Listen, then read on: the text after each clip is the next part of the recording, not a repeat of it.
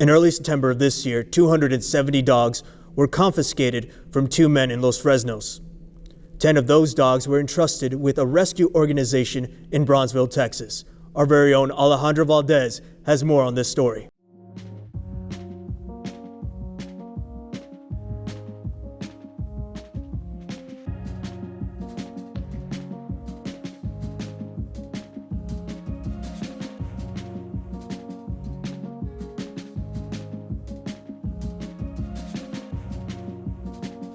Early September of this year, 270 dogs and 1 cat were seized from 2 men in Los Fresnos. Brownsville Animal Defense was entrusted with 10 of these severely mistreated dogs. Hi, my name is Maxine Garza, and I'm part of Brownsville Animal Defense. This is King, and this is one dog that was rescued from Los Fresnos, from that warehouse where they had them, and he's going to his forever home today. He's about 3 years old, and I'm going to miss the kids because I get attached to them. But thank God there's always good people out here to adopt and to love and make them part of the family. Maxine has been fostering King for the past 4 weeks, and she has been helping out with Brownsville Animal Defense since she joined in 2014, almost 5 years ago. To ensure the safety and comfort of the dogs, no more than 12 are showcased at a time. The dogs are in size-appropriate cages and are regularly given food, treats, and water. The dogs are walked in turns, and interested adopters are encouraged to walk and interact with the dogs. If someone decides to adopt the animal, then Brownsville Animal Defense will give the person a pamphlet that contains all of the dog's medical history. All medical expenses on behalf of the animal are paid for by Brownsville Animal Defense. If the adoption does not work out, the owner can return the animal to Brownsville Animal Defense. All of the animals are kept track of. Volunteers help with setting cages up for the showcasing, but more importantly, they foster the dogs during the week. The foster takes care of socializing the dog and providing basic training. The purpose of this is to prepare a dog to be in a home again.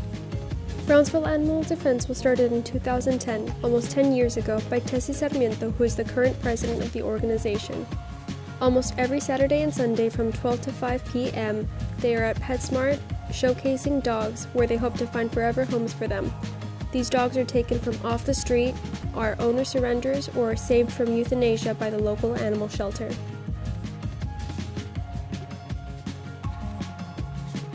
Good afternoon, everybody. My name is Tessie Sarmiento.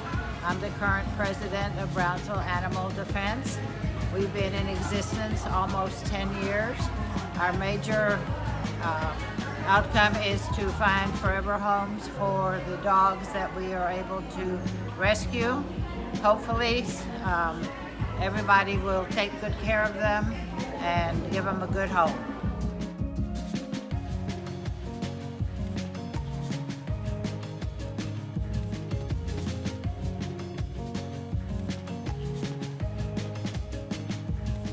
Brownsville Animal Defense is an organization that dedicates themselves to helping our furry friends find a forever home. This is Alejandra Valdez signing off for UTRGV. Thank you, Alejandra. You can find the Bronzeville Animal Defense at the PetSmart in Bronzeville from 12 p.m. to 5 p.m.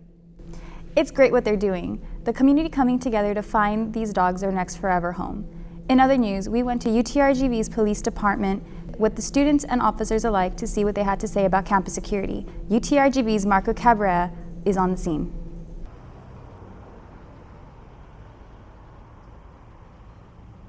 During the day, this parking lot appears safe, but at night, it's a different story. UTRGV students have noticed an increase in crime, and they are starting to feel unsafe in the parking lot. I think the security could probably make themselves more noticeable, especially after hours. And after hours to me is after 5 p.m. because I normally leave campus at around 6, and I don't see anyone besides students really in the parking area. UTRGV police officers are doing their best in order to keep the peace. They send out 3 different types of alerts, such as emergency alerts. There are warnings that need to be sent out as quickly as possible. Timely warnings. There are warnings for when a crime has been reported and they want students to be aware of it. Public service advisory. There are warnings to make students aware of something happening within a specific area. I've noticed a trend, an increase of emails lately. Emails has been towards assault and harassment, more towards female students as opposed to male students. This is what Officer Munguia had to say. We all know recently, nationally we're looking at the active shooter event. So what we did is we actually moved some shifts over onto the day shift, so we have more officers on during the day, all the way through the evening shift. At night, the patrols, as far as we have officers on all night long, we're on 24/7. Campus Shield app, we started it last year, and it's basically it's an app for cell phones. And one of the things that we wanted to do was try to improve the perceived safety of the students here on campus. You can actually use the Campus Shield app to call us and text with our dispatcher. The response times that we have here on an emergency can be anywhere from a minute to 2 minutes. And this has been Marcos Cabrera from UTRGV TV. Thank you, Marcos. You can download the Campus Shield app on your mobile device. This is Andy Marie. This is Elias Hernandez. Thank you for watching. See you next week.